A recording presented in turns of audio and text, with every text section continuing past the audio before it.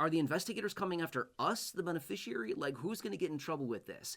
Really, really good question. As you, the beneficiary, no, they're not coming after the beneficiary.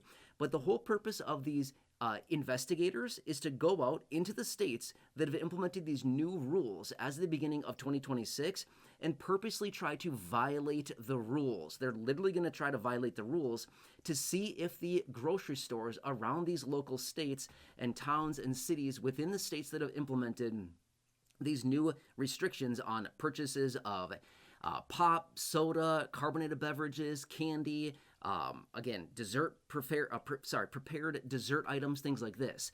The whole purpose is them to come forward and try to purchase these items. If they are allowed to purchase these items, the grocery store would not be in compliance within these states that have implemented the new rules. As a result, they will then get a warning on the first offense. The second offense would then have the elimination of their EBT privileges. In other words, they wouldn't be able to accept EBT payments anymore, which would essentially impact all beneficiaries in that local area that are shopping at that store trying to use their EBT, but because they were not in compliance, they would then not be able to allow the purchase with EBT anymore. Does that kind of make sense, right?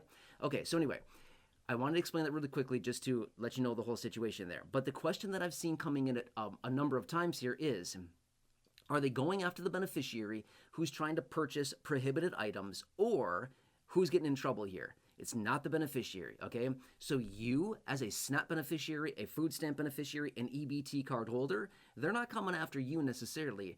They're going after the grocery stores who are not complying with the new rules, okay? They're the ones who would be getting in trouble with this, not you. Last I checked, it's not against the law to buy a pack of cookies. It's not against the law to buy a case of soda or to buy a 2-liter. You know what I mean? It's not against the law to do that. You can do that all you want.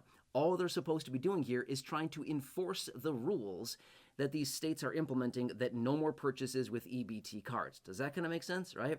So here's the situation. When you go to the checkout counter and you try to buy different items, there may be some micromanagement, some policing at the checkout counter of, hey, you can buy this, sorry, you can't buy that, things like that. Now, again, here's another thing that I want to clarify, because I've had some questions rolling in on this, and it seems that there's a lot of confusion out there. Again, just in the headlines from what I've been reading on this, is that maybe at the checkout line, the cashier says, hey, I notice you have this, pack of Oreos here. Sorry, you can't buy these with EBT.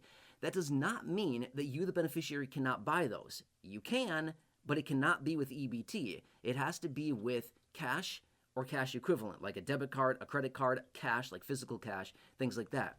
So again, there's been some uproar out there saying, but wait, they're going to tell me what I can and can't buy? Yes and no. With your EBT, yes.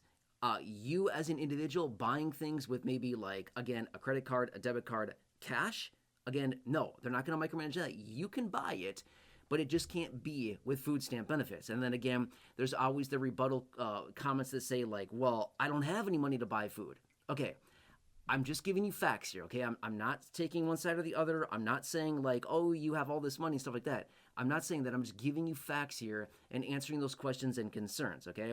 Now, also in the video yesterday, I said this. This is going to inadvertently hurt a lot of beneficiaries in a pretty big way. Here's how. Let's just say that you're in an area that has a grocery store, maybe in a small town, a rural area, or maybe the most convenient grocery store in your city is maybe like a block away, 2 blocks away, a half mile away, a mile away, whatever. It's just the most convenient store to you in your local area.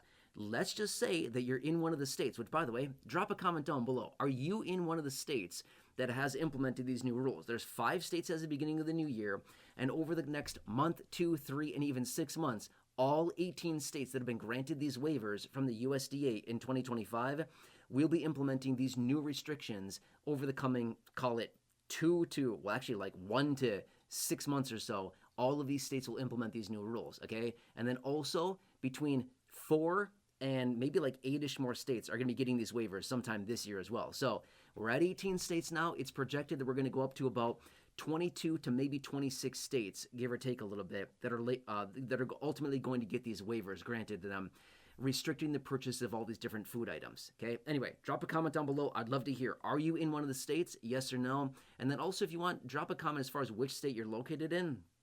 I'd love to see that. But if you don't want to share your location, that's totally fine. Please don't do that if you don't want to. Doesn't matter. I'm just very curious to see how many of you in this community here on this channel are located in one of these restrictive states. Okay, but anyway, so the situation is this. Okay, so you as a beneficiary, you know, your EBT, things like this. You go to your local grocery store that's most convenient for you. If they have been tagged with one of these violations because one of these investigators have gone there, tried to buy one of these restricted items, and it's, you know, it's allowed to be purchased, and they violate, they get the warning, and then they violate again, and they get their EBT privileges, you know, revoked essentially, so they can't accept EBT.